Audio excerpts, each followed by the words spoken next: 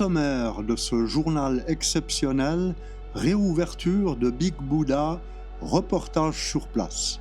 Tram de Phuket et tunnel de Patong, où en sommes-nous? Extension de visa, quelques changements. Impôts pour les retraités, bonne nouvelle pour les Français.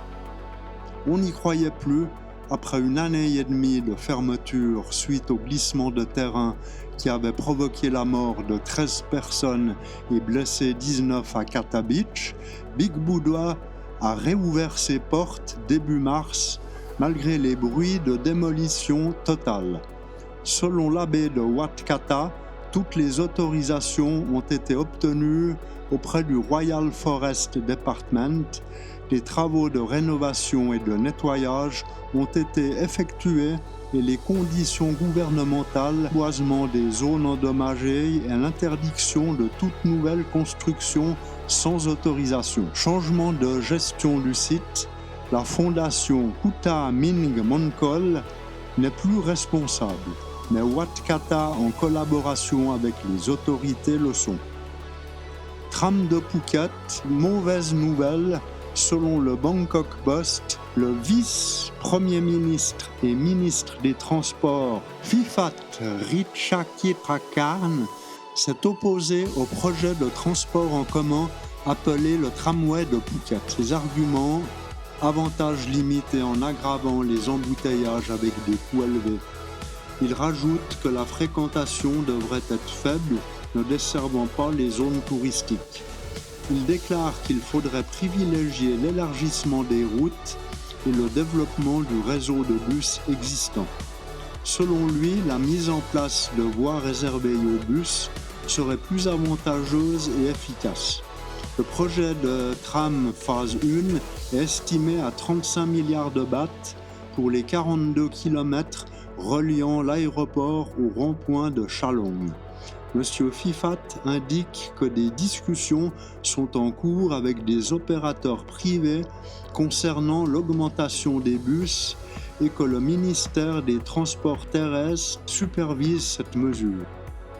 Tunnel de Patong. Alors que le projet était bien avancé, Monsieur Phiphat, encore lui, épargnez-moi de ne pas reciter son nom complet, a selon le Bangkok Post ordonné une révision majeure du plan de transformant une autoroute à péage en une voie publique gratuite. Le changement le plus important est la réduction de la largeur du tunnel le long de l'autoroute de 17 à 10 mètres.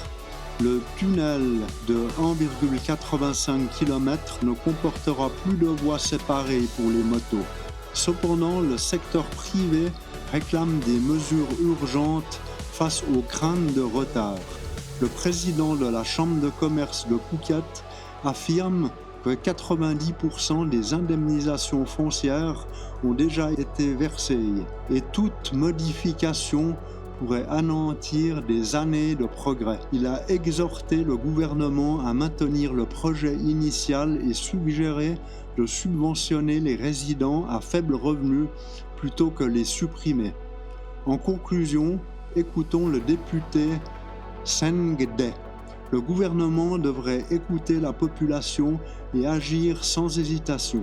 Ce tunnel est un axe vital pour notre communauté et une porte d'entrée vers un tourisme durable. Extension de visa O. Nouveauté à présent, il fallait se rendre dans un autre bâtiment pour faire tamponner la notification avec notre adresse thaïlandaise agrafée dans notre passeport. Arrivez tôt car l'attente est longue. Autre nouveauté, en plus de la photo A4 plein pied devant notre résidence avec le numéro bien visible et la valeur GPS du lieu, maintenant il faut imprimer sur Google Maps le plan de notre habitation.